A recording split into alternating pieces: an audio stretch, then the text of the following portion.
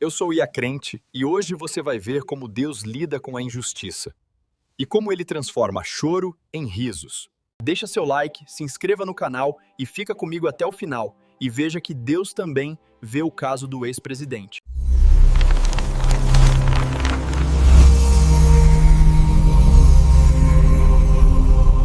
Imagine ser perseguido de forma tão intensa que sua própria casa já não parece um lugar de descanso.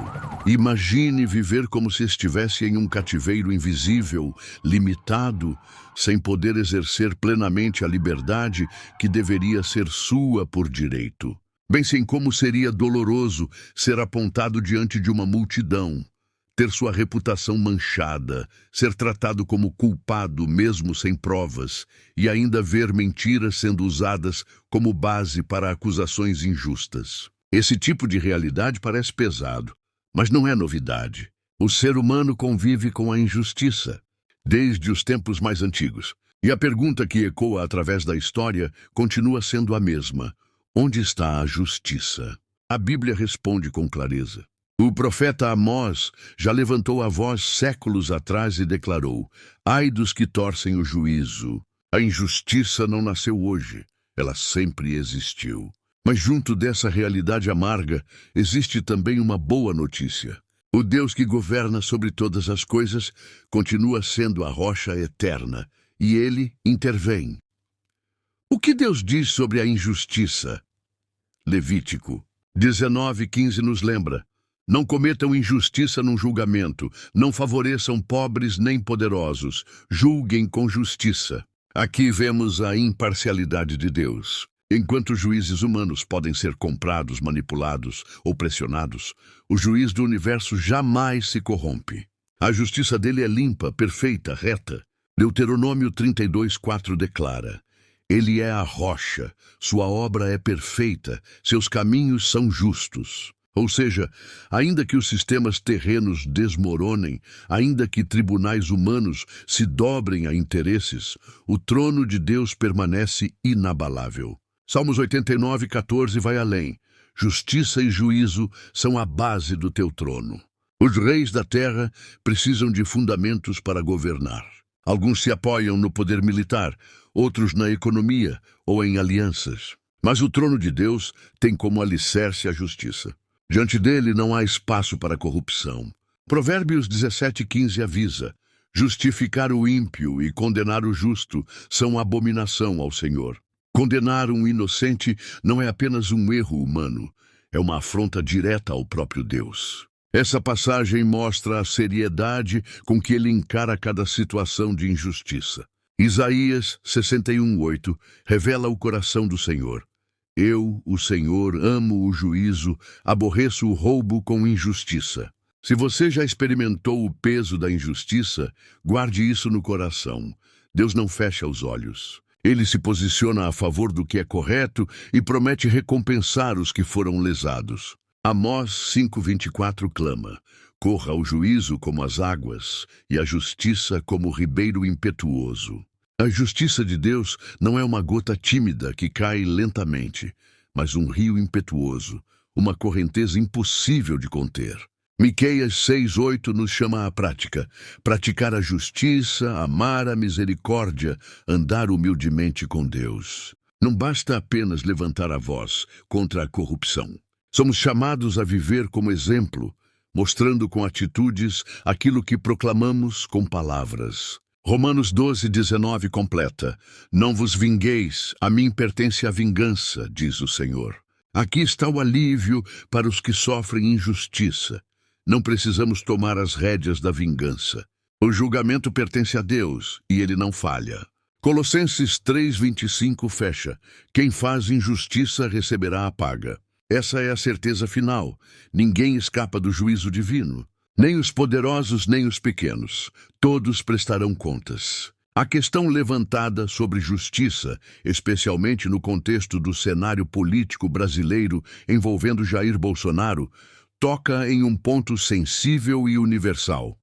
O que é justiça verdadeira?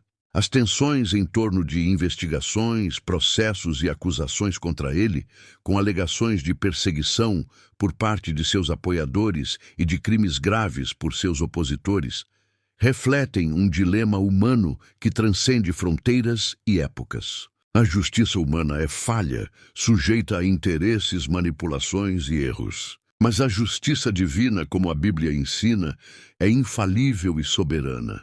Vamos explorar essa questão, ancorados na palavra de Deus, para entender como a justiça divina se sobrepõe às falhas humanas e como a cruz de Cristo redefine nossa compreensão de justiça e redenção.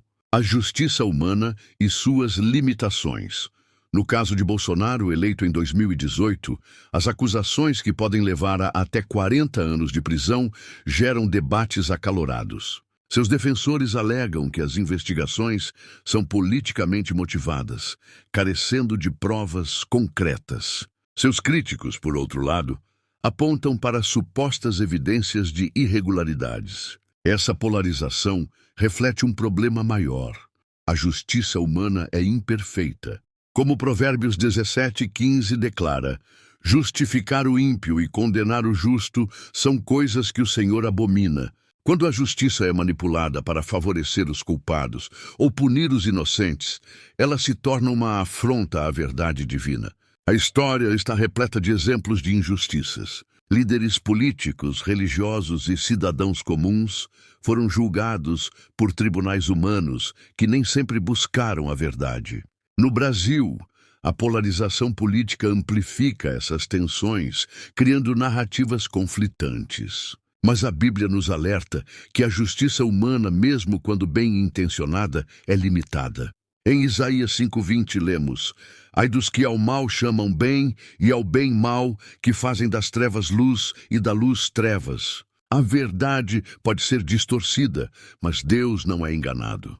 Ele vê além das aparências, sondando corações e intenções. 1 Samuel 16:7.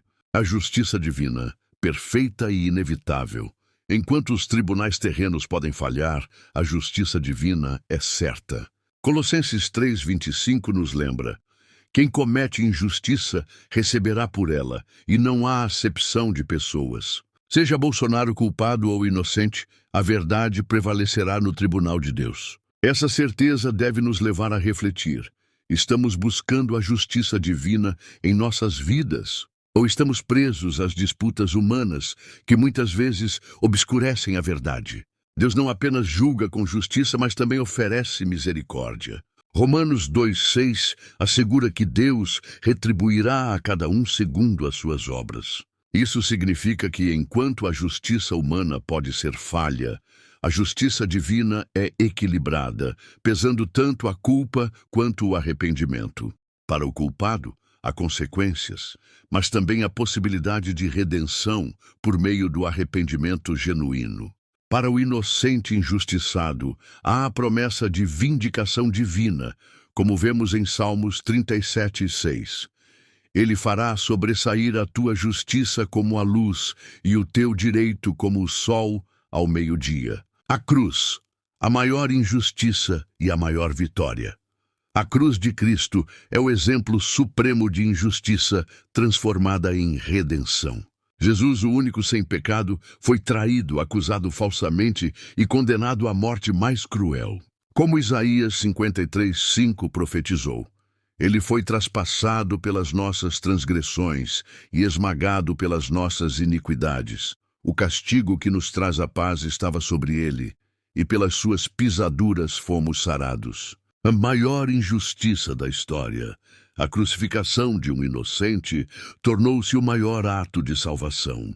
Deus usou a cruz para derrotar o pecado e a morte, mostrando que sua justiça e misericórdia sempre prevalecem. Essa verdade é um lembrete poderoso. Mesmo quando a injustiça parece vencer, Deus está no controle.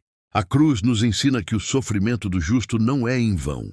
Assim como Jesus carregou a cruz para nos salvar, as injustiças que enfrentamos podem ser transformadas em testemunhos de fé e esperança.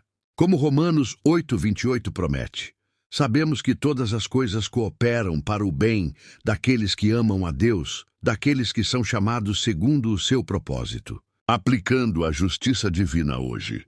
No contexto brasileiro, onde as divisões políticas e as acusações dominam o cenário, a palavra de Deus nos chama a buscar a verdade com humildade e confiança na justiça divina.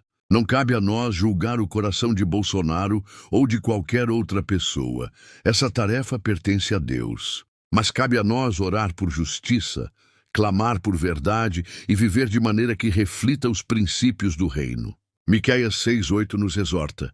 Ele te declarou, ó homem, o que é bom e que é o que o Senhor pede de ti, senão que pratiques a justiça e ames a beneficência e andes humildemente com o teu Deus. A justiça verdadeira começa em nossos corações. Devemos rejeitar a vingança, a parcialidade e a manipulação, buscando em vez disso a verdade e a reconciliação.